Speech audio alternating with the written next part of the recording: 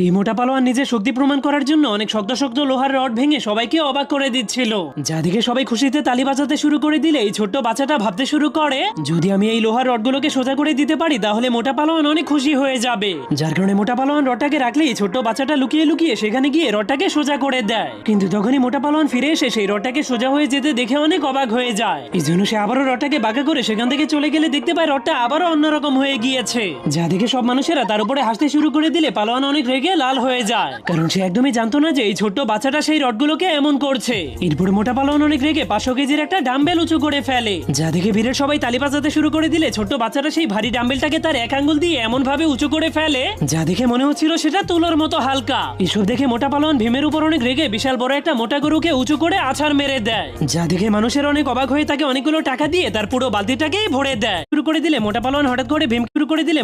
হঠাৎ করে ভীমকে নিজের ঘাড়ে তুলে নিয়ে তার ভাগ থেকে অর্ধেকটা